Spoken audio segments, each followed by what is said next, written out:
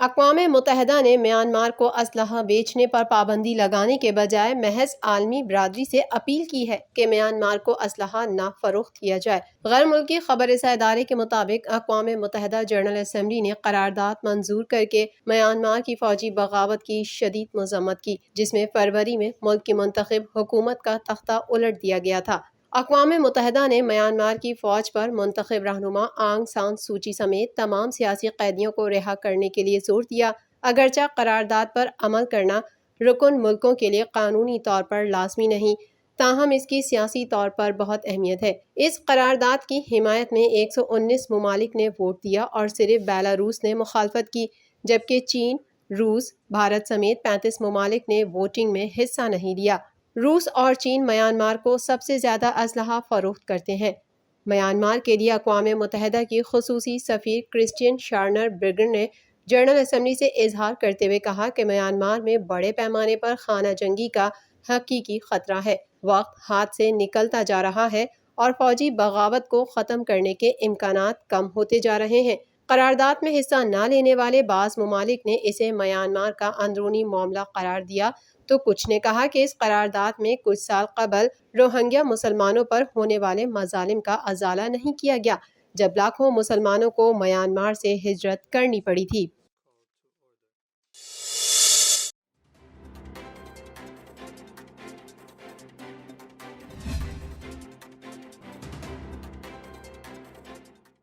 اقوام متحدہ کی جنرل اسمبلی نے اینٹونیو گوتریس کو دوسری بار بھی سیکریٹری جنرل مقرر کر دیا۔ عالمی خبر رساں ادارے کے مطابق اقوام متحدہ کی جنرل اسمبلی کے 75ویں سیشن کے صدر ولکان بوسکر نے اعلان کیا ہے کہ اقوام متحدہ کے سیکریٹری جنرل اینٹونیو گوتریس کا اگلی 5 سالہ مدت کے لیے بھی انتخاب کر لیا گیا ہے۔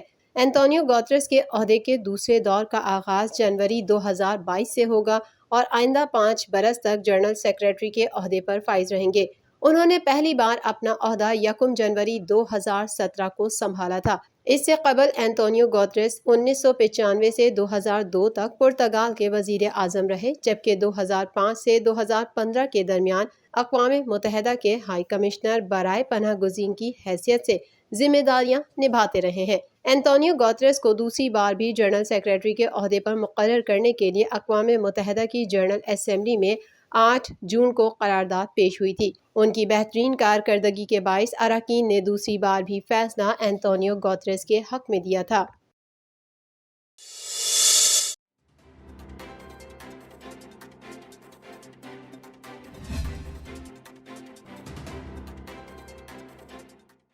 جنوبی افریقہ کی پولیس نے 10 بچوں کی پیدائش کا ڈرامہ رچانے والی خاتون کو گرفتار کر لیا۔ چند روز قبل عالمی میڈیا میں جنوبی افریقہ کی 37 سالہ خاتون نے اس وقت جگہ بنائی جب ان کے حوالے سے یہ مشہور ہوا کہ انہوں نے بیک وقت 10 بچے پیدا کر کے Guinness book of world record میں اپنا نام درج کرا لیا ہے۔ نیوز رپورٹس کے مطابق 37 سالہ گوسیامے تھامارا نے نارمل ڈیلیوری سے 10 بچوں کو جنم دیا، جس میں 7 لڑکے اور 3 لڑکیاں شامل ہیں۔ تاہم واقعے کی تحقیقات کرنے پر پتہ چلا کہ خاتون نے جھوٹ بولا تھا اور ان کے ہاں کسی بچے کی پیدائش نہیں ہوئی ہے۔ خبر رساں ادارے کے مطابق خاتون نے بچوں کی پیدائش سے متعلق جھوٹ بولا تھا۔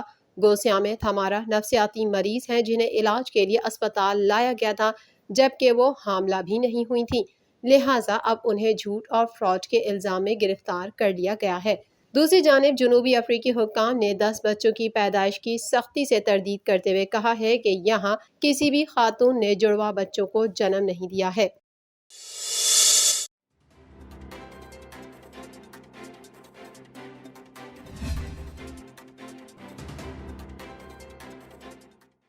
ایران میں 13ویں صدارتی انتخابات میں قدامت پسند امیدوار ابراہیم رئیسی کامیاب ہو گئے، انہیں واضح برتری حاصل ہے۔ ایرانی وزارت داخلہ کے مطابق اب تک 90% ووٹوں کی گنتی مکمل ہو چکی ہے۔ انتخابات میں 28.6 ملین افراد نے حق رائے دہی استعمال کیا۔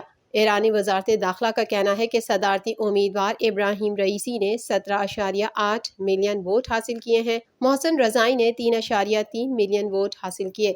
امیر حسین غازی زادے نے 1 ملین سے زیادہ ووٹ حاصل کیے، جبکہ عبد الناصر ہمتی نے 2.4 ملین ووٹ حاصل کیے ہیں۔ ایرانی صدارتی دوڑ میں شامل 4 امیدواروں میں سے 3 امیدواروں نے قدامت پسند امیدوار ابراہیم رئیسی کو جیت کی مبارکباد دے دی ہے۔ ایرانی صدر حسن روحانی نے بھی بغیر نام لیے جیتنے والے امیدوار کو مبارکباد پیش کر دی۔ ایران کے واحد اصلاح پسند صدارتی امیدوار عبدالناصر ہمتی نے قدامت پسند امیدوار ابراہیم رئیسی کو پیغام میں جیت کی مبارکباد دی ہے۔ دیگر دو صدارتی امیدواروں محسن رضائی اور امیر حسن غازی زادہ ہاشمی نے بھی ابراہیم رئیسی کو مبارکباد دیتے ہوئے کہا کہ ملک کے مسائل کے حل کے لیے ابراہیم رئیسی مضبوط اور مقبول حکومت بنائیں گے۔ ایرانی صدر حسن روحانی نے بھی متوقع صدر کو جیتنے کی مبارکباد دیتے ہوئے کہا کہ واضح ہے کہ سب سے زیادہ ووٹ کس نے حاصل کیے ہیں۔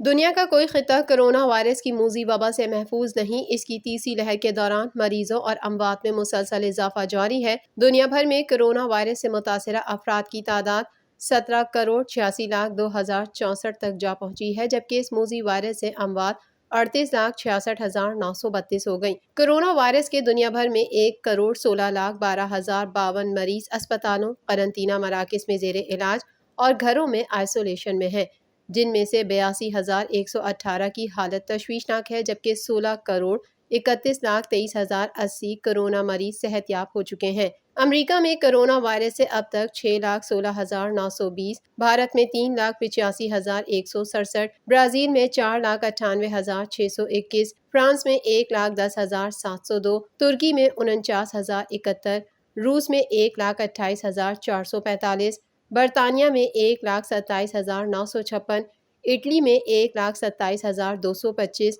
ارجنٹینا میں 86,247، کولمبیا میں 98,746، سعودی عرب میں 7,650، چین میں 4,636، جبکہ پاکستان میں 21,940 افراد موت کے منہ میں جا چکے ہیں۔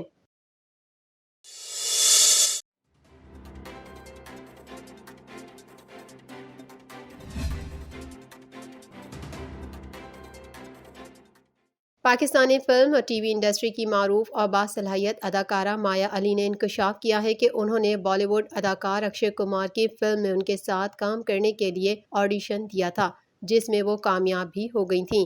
میڈیا رپورٹس کے مطابق مایا علی نے اپنے ایک انٹرویو کے دوران انکشاف کیا تھا کہ وہ اپنے ڈرامہ سیریل من مائل کی شوٹنگ کے فوراً بعد بھارت چلی گئی تھیں، جہاں انہوں نے بالی ووڈ اداکار اکشے کمار کی فلم میں ان کے ساتھ کام کرنے کے لیے آڈیشن دیا تھا۔ مایا علی نے بتایا کہ وہ اپنے آڈیشن میں کامیاب ہو گئی تھیں اور ان کے فلم کی شوٹنگ شروع ہی ہونے والی تھی کہ اسی دوران بھارت کی جانب سے پاکستانی فنکاروں پر بھارت میں کام کرنے پر پابندی عائد کر دی گئی تھی۔ اداکارہ کا کہنا تھا کہ پابندی کے بعد بھی ہم نے کام کرنے کی کوشش کی تھی اور بھارت کے علاوہ بھی مختلف مقامات پر شوٹنگ پر غور کیا، لیکن ہم کامیاب نہ ہو سکے۔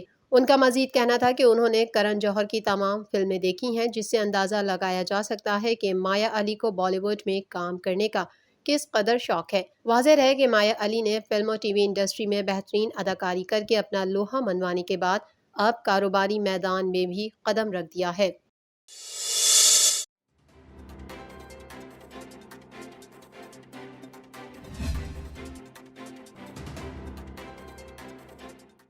پاکستان سمیت سرحد کے اس پار یعنی بھارت میں بھی اپنی گلوکاری سے لاکھوں مداحوں کے دلوں میں گھر کرنے والے عالمی شہرت یافتہ گلوکار عاطف اسلم نے بھارتی گلوکار ارجیت سنگھ کے ساتھ پاکستان میں پرفارم کرنے کی خواہش ظاہر کر دی۔ عاطف اسلم، جو کہ ان دنوں اپنی نئی آنے والی میوزک ویڈیو رفتہ رفتہ کی شوٹنگ کے لیے پاکستان کے شمالی علاقے میں موجود ہیں، انہوں نے بھارتی گلوکار ارجیت سنگھ سے اپنی خواہش کا اظہار کر دیا۔